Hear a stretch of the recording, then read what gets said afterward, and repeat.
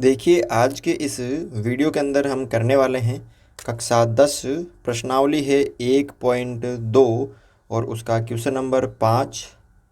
क्या दे रखा है सबसे पहले कि जांच कीजिए कि क्या किसी प्राकृत संख्या n के लिए संख्या 6 की घात n अंक 0 पर समाप्त हो सकती है या नहीं। तो इसको कहना क्या जाता है कि कोई एक संख्या है प्राकृत संख्या, और प्राकृत संख्या शुरू होती है 1 से। तो क्या वो प्राकृत संख्या है तो 6 की घात n अगर हम 6 की घात n के रूप में लिखेंगे तो वो 0 पे समाप्त हो सकती है या नहीं।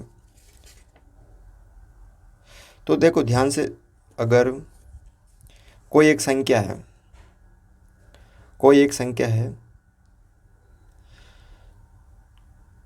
6 की घात n है, ठीक है। तो कोई एक संख्या है तो वो उसके अगर हम टुकड़े करते हैं 2 × 3 और ये n अलग हो जाएगा, ठीक है ना। इसको हम 6 की घात n को क्या लिखते हैं 2 × 3 और इसकी घात n, तो इसको हमने थोड़ा सा इस तरह कर दिया। अब कोई जो संख्या है वो 0 पे तभी समाप्त हो सकती है जबकि उसके अभाज्य गुणनखंड में या तो 2 और 5 दोनों हों। 2 × 5 = 10, तभी तो वो 0 पे समाप्त होगी। इसके अलावा तो होगी नहीं, वो इसके अलावा तो होगी नहीं। या तो 2 हो या 5 हो, इसके अलावा तो होगी नहीं ना। तो यहाँ पे ध्यान से देखो, लेकिन 6 की घात n हम देखने में पता चलता है कि इसमें तो 2 और 3 आ रहे हैं, 2 और 5 नहीं आ रहे। अगर 2 और 5 आते हैं तो वो 0 पे समाप्त होती है। तो यहाँ पे नहीं क्या है, 5 नहीं है, 3 है। तो हम कह सकते हैं कि 6 के जो है अभाज्य गुणनखंड में 5 नहीं है, अतः n का कोई भी ऐसा मान नहीं है जिससे वे 0 पे समाप्त हो जाए, ठीक है ना। ये थोड़ा इसमें याद रखना है आपको। इसको मैं लिखा देता हूँ किस तरह लिखना है। इसमें कुछ आपको इस तरह लिखना है कि कोई भी संख्या जो है 0 पर तभी समाप्त होती है जब उसके अभाज्य गुणनखंडों में 2 और 5 हो, लेकिन जो 6 की घात n है ना उसमें 2 × 3 है, यानी 2 की घात n × 3 की घात n। यहाँ 6 की घात n के अभाज्य गुणनखंडों में 5 नहीं है, अतः n का कोई भी ऐसा मान नहीं है जिससे वे 0 पर क्या हो जाए, समाप्त हो जाए। बस इतना सा इसमें आपको करना है। क्वेश्चन नंबर 6 क्या दे रखा है कि व्याख्या कीजिए कि 7 × 11 × 13 + 13 और 7 × 6 × 5 × 4 × 3 × 2 × 1 + 5 भाज्य संख्या है, और है तो क्यों है। अगर ये भाज्य संख्या है तो क्यों है। तो हमने पढ़ा था भाज्य संख्या के बारे में कि जिसके 2 से ज़्यादा गुणनखंड हो वो भाज्य संख्या कहलाती है। तो इनके हमें क्या करना है, 2 से ज़्यादा गुणनखंड बताने हैं। तो पहला यहाँ पे क्या दे रखा है आपको, 7 × 11 × 13 + 13। तो देखो इन दोनों में ये बन रहा है, एक ये, इन दोनों में 13 कॉमन आ रहा है, तो 13 मैं बाहर ले लूँगा, पीछे क्या बचेगा 7 × 11 और यहाँ पे प्लस का प्लस, और 13 मैंने बाहर ले लिया, पीछे बचा 1। 13 उसके बाद इंटू यहाँ पे कितना हो गया, 11 × 7 = 77 + 1, ठीक है। उसके बाद 13 × 77 और 1 = 78। ये हमने 2 तो बना दिए, और 1 जो होता है वो सबका होता है। 13 एक गुणनखंड हो गया, 78 1 हो गया, और 1 तो सबका होता है। तो यहाँ पे कितने गुणनखंड हो गए, 3 हो गए, यानी 2 से ज़्यादा है।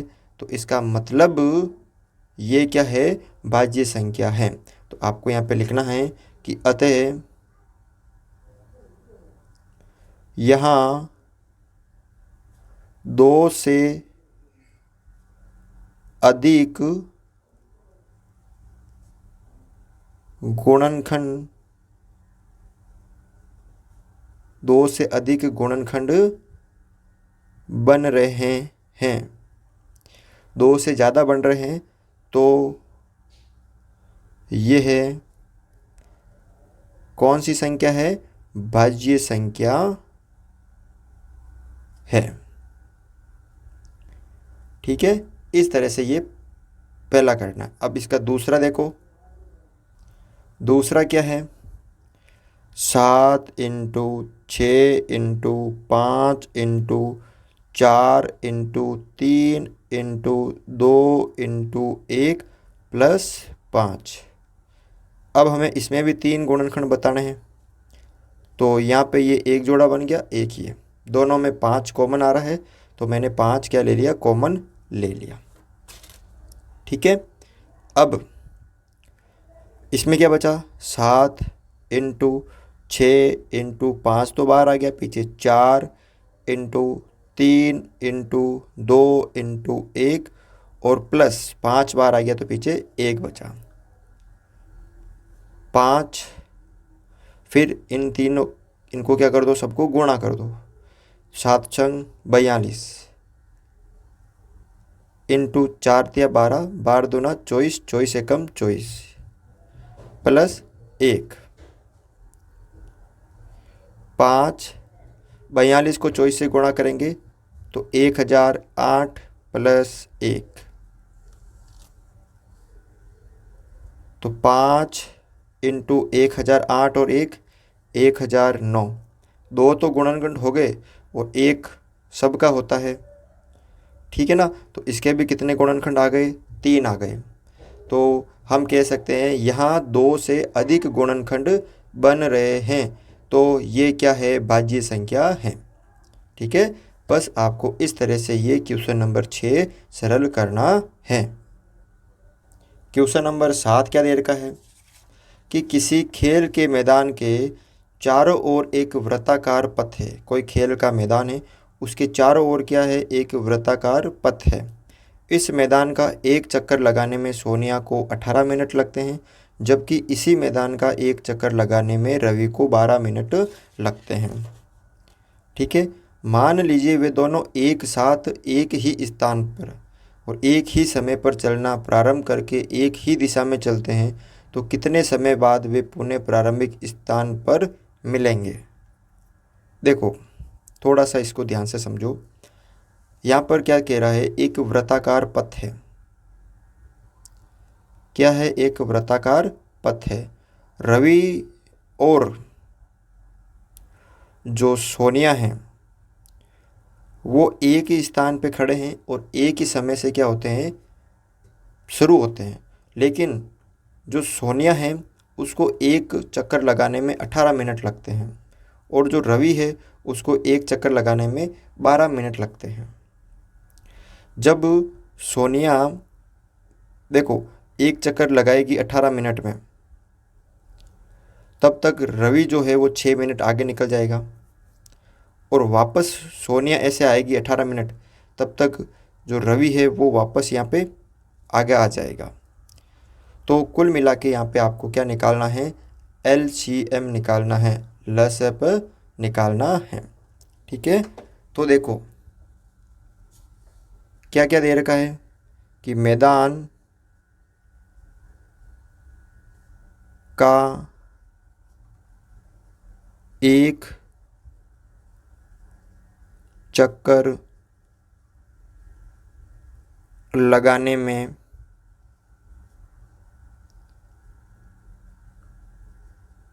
सोनिया को समय लगता है कितना? 18 मिनट। और इसी तरह मैदान का एक चक्कर लगाने में रवि को समय लगता है 12 मिनट। अब आपको यहाँ पे इन दोनों का एलसीएम निकालना है। 12 और 18, 2 का भाग दिया 12 में 6 बार, 18 में 9 बार, फिर 2 का भाग दिया 6 में 3 बार, 9 में नहीं जाएगा, फिर 3 का भाग दिया 3 में 1 बार, 9 में 3 बार, फिर 3 का भाग दिया 1 और ये 1, तो यहाँ पर 12 व 18 का LCM क्या आ गया, 2 × 2 × 3 × 3, 3 × 9, 9 दूनी 18, 18 दूना 36, यानी 36 आ गया। तो जब सोनिया और रवि 36 मिनट बाद वे क्या करेंगे, पुनः प्रारंभिक स्थान पर मिलेंगे। कितने मिनट बाद, 36 मिनट बाद। ठीक है ना। देखो कैसे, जो सोनिया है वो 18 मिनट में एक चक्कर लगाती है और दूसरा चक्कर वो लगाएगी 36 मिनट में, 2 चक्कर वो 36 मिनट में। और जो रवि है वो 12 मिनट में एक चक्कर और 24 मिनट में दूसरा चक्कर और 36 मिनट में वो तीसरा चक्कर पूरा करेगा, तब वो वापस मिलेंगे ना, ऐसे। तो इसका जो उत्तर होगा वो क्या होगा, 36 मिनट। तो आपको लिखना है, अतः सोनिया तथा रवि 36 मिनट बाद वे पुनः प्रारंभिक स्थान पर मिलेंगे। ठीक है, तो इस तरह से आपको ये क्वेश्चन करने हैं। वीडियो अच्छा लगा तो वीडियो को लाइक और चैनल को सब्सक्राइब ज़रूर करें।